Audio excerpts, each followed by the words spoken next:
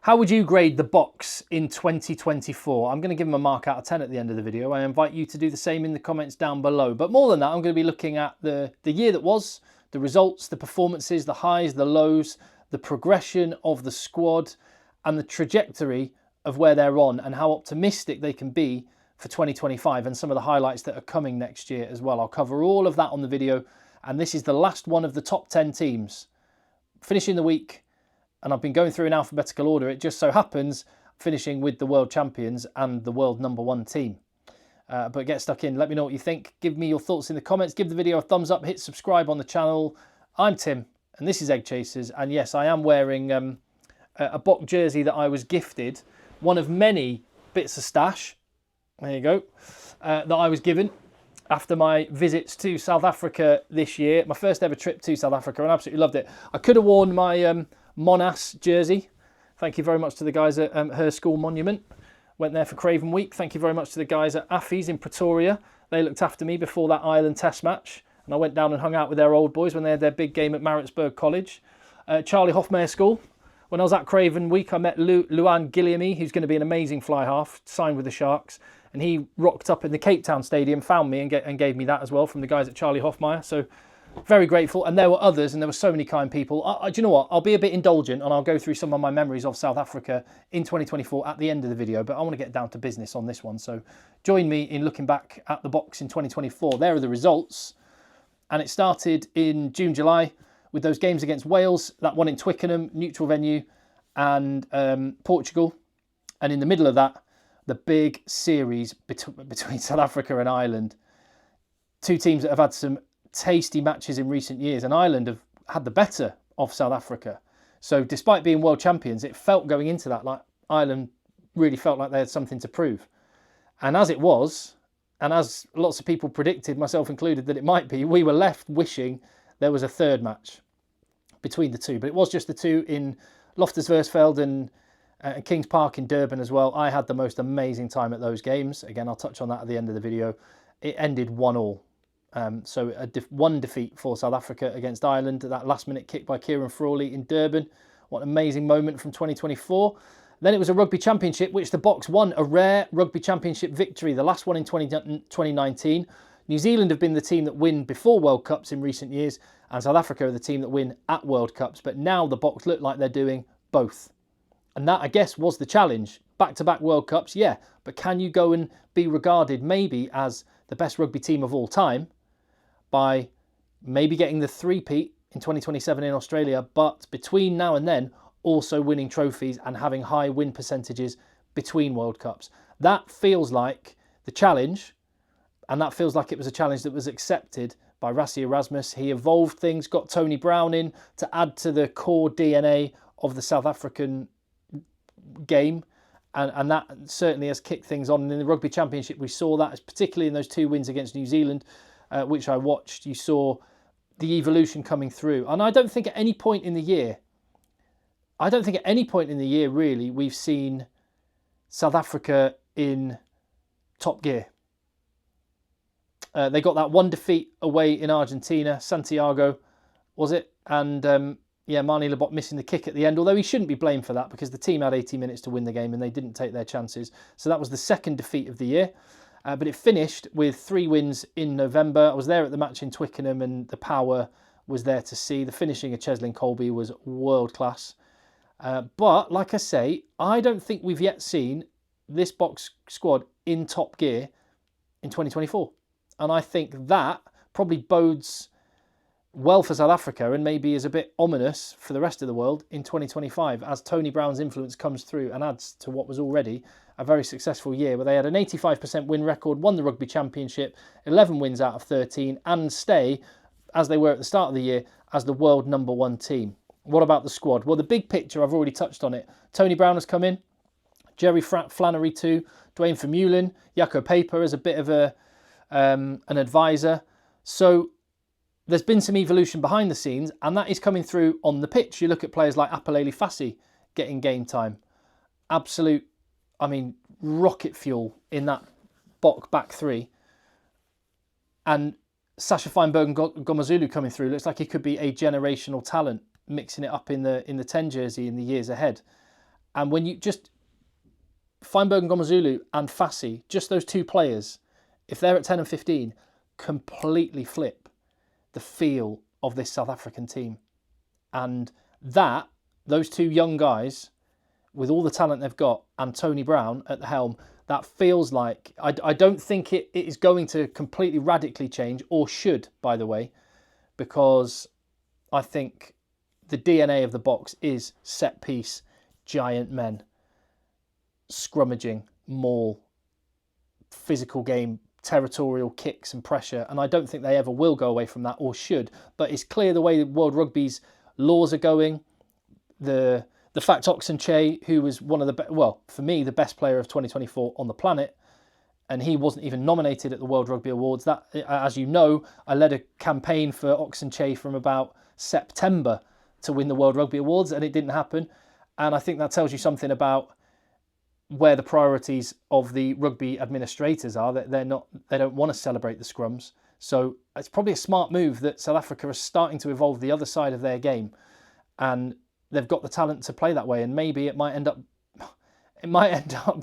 coming back to haunt World Rugby and the other nations, because if the Boks click doing that, and when they do hit top gear with Colby and Arendse and Fassi at the back, I mean, and they've got scary talents coming through, Ethan Hooker, Lorenzo Julius, who's the chap at the Lions as well.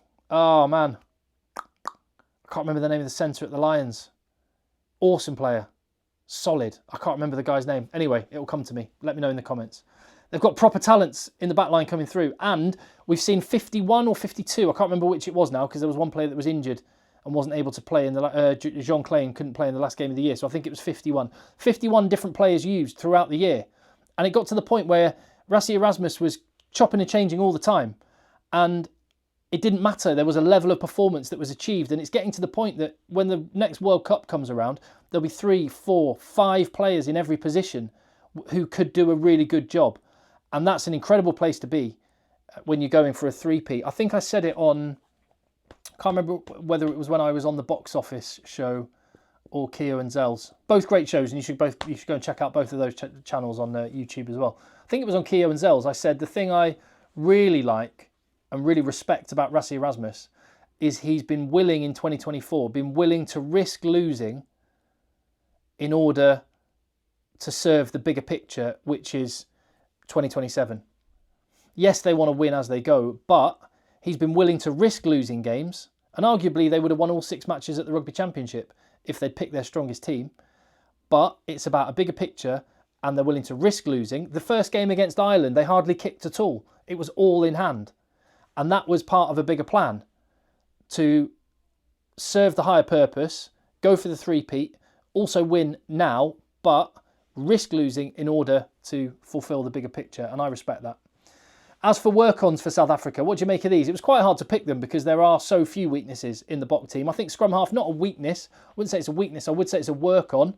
Who is the number 1 scrum half in South Africa? Who would you pick in the 9 jersey if there was a World Cup final next week?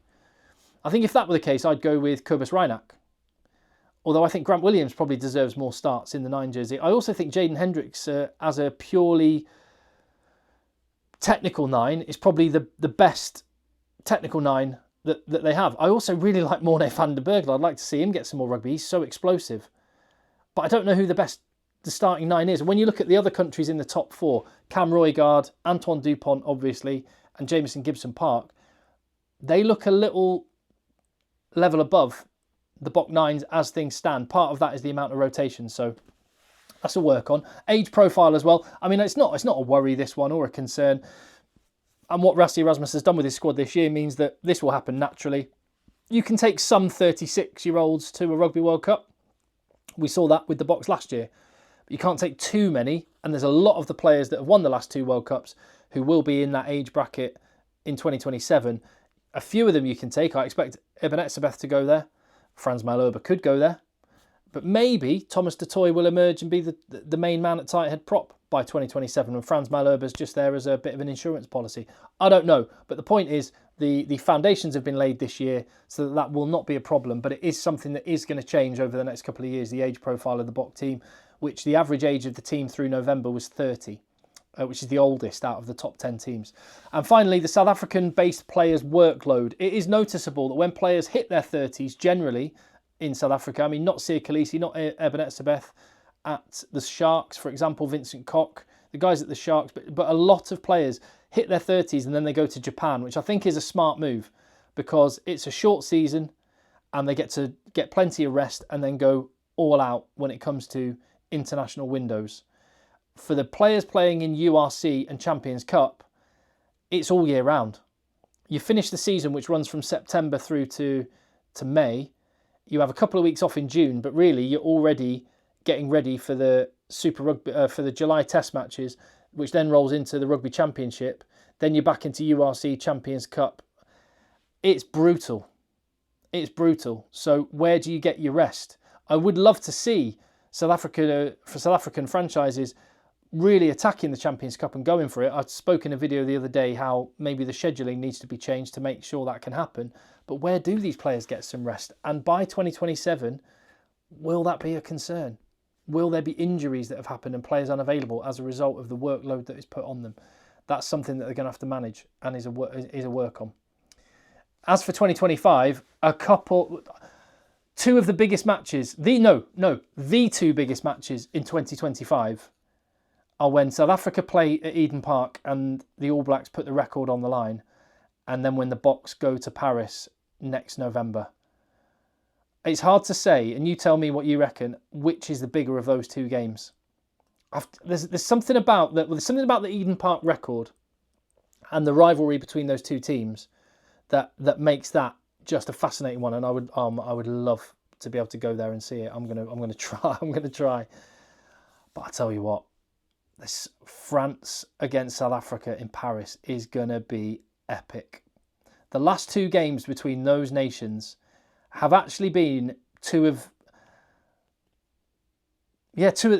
game in the quarter-final at the World Cup last year was the best game of rugby I've ever seen. The game between South Africa and France the year before in 2022 in Marseille was probably in the top 5, maybe even in the top 3 games that I've ever seen. It was insane. The level of physicality, the intensity, the huge men just wiping each other out for 80 minutes. It was something else. So I already cannot wait for those two matches. That's 2025. As for a score for 2024, 9 out of 10. Had to be really, didn't it? Had to be. Couldn't go with anything else. Not the perfect 10 because there was that defeat against Ireland at home and that defeat against Argentina on the road. But other than that, 85% win percentage, 11 out of 13, Rugby Championship victory, nothing other than a 9 out of 10. I would also say it's a 9 out of 10 and it's a scary level of performance whilst also using 51 players, chopping and changing constantly, and evolving the way they play, which meant they haven't yet hit full steam. But they will at some point. It's scary for the rest of the world, isn't it? There you go. Let me know what you think. Give your thoughts down below in the comments. Give the video a thumbs up and hit subscribe. I did say I would just touch on a few memories of South Africa from this year. It feels like an appropriate place to do it as the year is coming to an end, as it's nearly Christmas. Happy Christmas and all that. I had an amazing time. So just indulge me for a second. Craven Week, before those Ireland Test matches, went to Krugersdorp and to Monument School. Where's the Monument jersey? Yeah, there you go. Monash. They were wonderful hosts. The venue for Craven Week, and just saw the engine that powered the whole machine. Schools rugby. Met Willem Alberts, the bone collector, went out for lunch with him. Just one of many memories. Went cycling out in the bush with Rory Stain, which was absolutely incredible. Went up to the bush proper, which was a life-changing, mind-blowing experience. Loftus Versfeld, that was the evening before the Ireland Test match. Wow, what a place. What a mecca of rugby. The atmosphere at that place was like nothing else I've ever experienced come game day. It was wild, and being able to watch it from pitch side was incredible. All of these experiences, by the way, are on the channel. But from back in July and September, so go and check those out if you haven't seen them. Durban, I loved KZN so much. A very different vibe to Loftus, and in its own way, amazing. The party atmosphere in Durban is incredible. Bunny chow, best curry I've ever had in my life. Loved it. Loved the ocean at Durban. I could live in KZN. And this is the winter. It was like 30 degrees. It was unreal. Then when I came back for the All Black tests, Johannesburg, again, an atmosphere like nothing else. All the history in the bones of that stadium. And I just absolutely loved it. The fans are wild. The tailgate, or what do you call it? The braais in the car parks beforehand. Just so much fun. Then down to the Cape. Watched the game at the Cape Town Stadium, but just explored all around the Cape. And my goodness me, what a absolutely incredibly beautiful part of the world. Just stunning every direction you look, whether it's the ocean, whether it's the mountains, whether it's the winelands. It is insane. That place, I will be back to all of these places. I've absolutely loved it. So thank you very much for supporting the channel. There's more to come. Just still got my Christmas hat on. I'm not giving up for the year. More to come. So keep supporting the channel. Thank you. I'll see you on the next one.